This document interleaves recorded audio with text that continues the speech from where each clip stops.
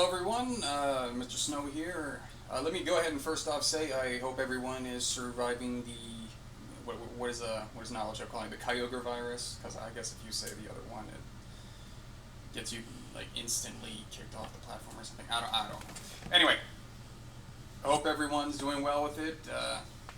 It's been about 4 months since my last video, and the virus is largely the reason why, as I work at a hospital. I've been getting a lot of overtime. But, it's kind of one of those balances where, I'm getting a lot of overtime, but I'm not getting the chance to spend it, so.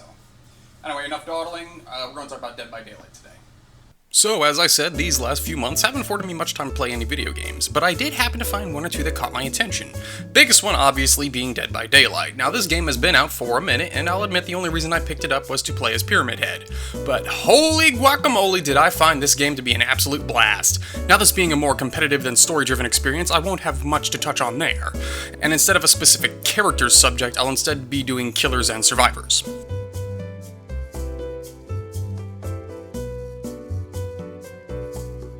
Okay, so the in-game lore idea is there is a mysterious spider entity that lives off the fears in one's soul and sets up a game of cat and mouse between various killers and survivors to drink that sweet nectar. Every character has their own little backstory, with the guest characters usually revolving around a death or so they had in their own canon being averted by being taken by the entity for these games. It's a pretty simple excuse plot setup.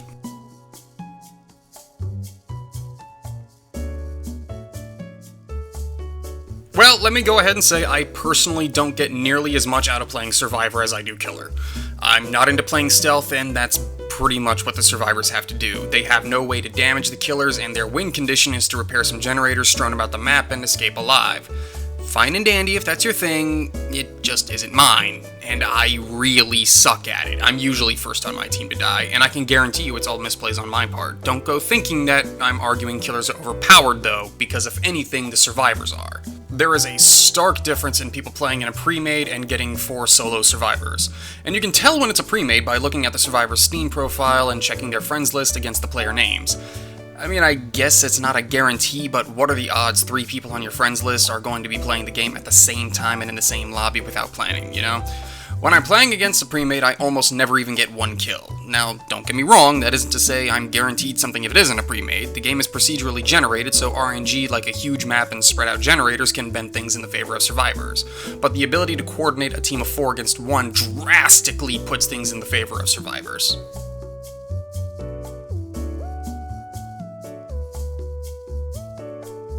Killer is what I prefer to play, because there's no team. There's no teammate who brings the killer to my location while I'm working on a generator because they were being chased. Success or failure is entirely my fault. The only downside to me is the queue times are much longer.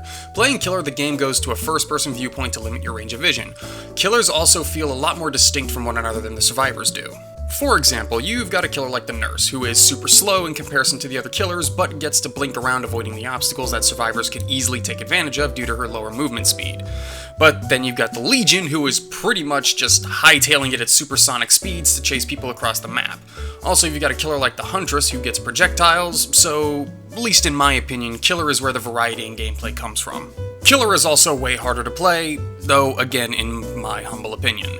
At the end of the day, it's 4 against 1, and there are perks out there that clue the survivors into each other's locations. So even at a most basic level, if you know where your allies are and you see one getting chased and vaulting windows, you have a pretty good idea where the killer is. At said point, if the other 3 are privy to this info, they can start handling objectives far from the killer's location. Even if you had a game hack that permanently allowed you to know where all survivors are at all times and what they're doing, what is the killer supposed to do at this point? End of the day, you can only go after one of them while the other 3 get stuff done to progress the game in their favor.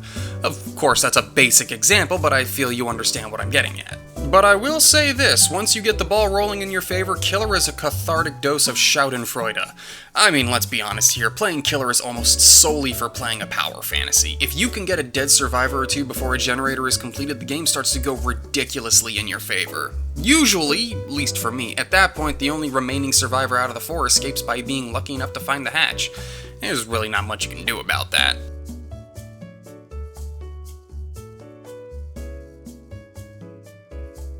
Please, for the love of the entity, allow me to adjust brightness. Look, my eyes are starting to suck. A consequence of sitting in front of a computer screen about 60% of my day. I straight up cannot see on certain maps. It would help me out greatly to be able to set brightness. This is going to sound really petty and silly, and it totally is, but I'm going to complain about Ash from Evil Dead being in the game as a helpless survivor.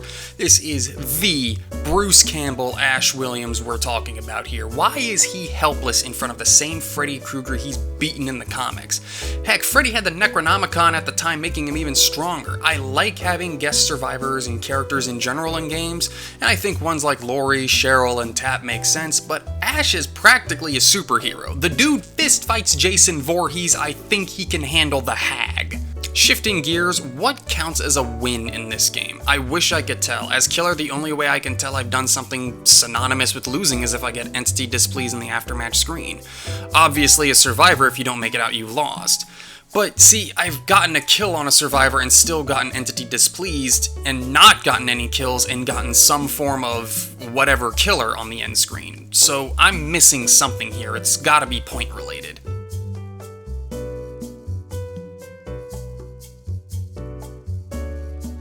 The overall idea behind the game, I think, is pretty well balanced. Now, don't get me wrong, the farther you get into the game, the more unbalanced stuff you start to unlock, but as for the basic abilities, I'd say they nailed it.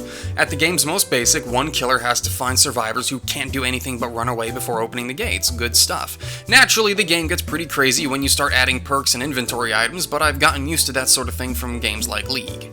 The post-game chats are absolutely hilarious. See, if you're a killer and you do well, you're trash. At the same time, if you're a killer and they all get away, you're also trash. See what I mean, how I'm not sure what counts as a win? They also get mad if you spend more than 1 second at a hook survivor, and I got into what we'll charitably describe as a conversation with someone who was quite upset when there were only 2 survivors left, gates open up at opposite ends of the map, and I elected to sit in front of a hook survivor drawing genitalia in the ground with Pyramid Head.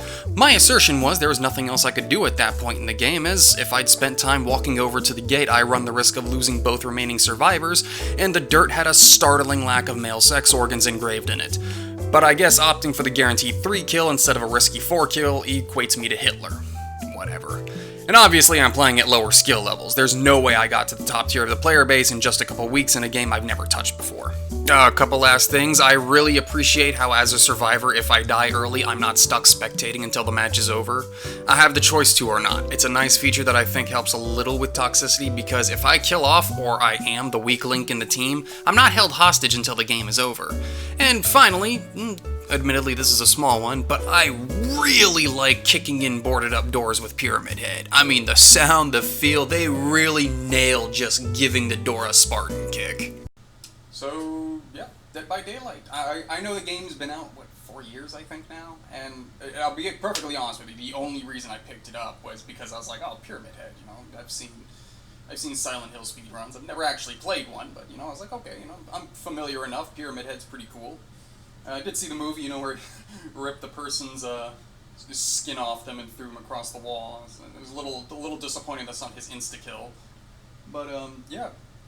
Dead by Daylight. It's a very fun game. It is a game, though, that I'm probably going to sound weird here. I really do hope I stay at, a lower tier level as far as, gameplay and who I'm paired up with, because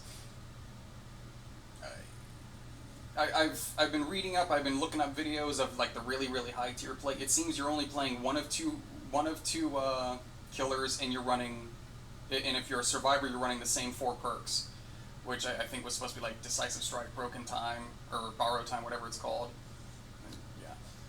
So, but that's generally with any game. Lower tiers tend to have a lot more variety in what you do. Like League of Legends, I know whenever I was doing low tier climbs on that, I could do Blitzcrank Jungle, and it'd be somewhat viable and fun.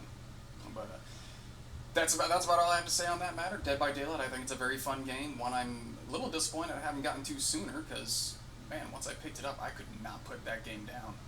So I like it. I think you'll enjoy it. Y'all have a great day and stay safe.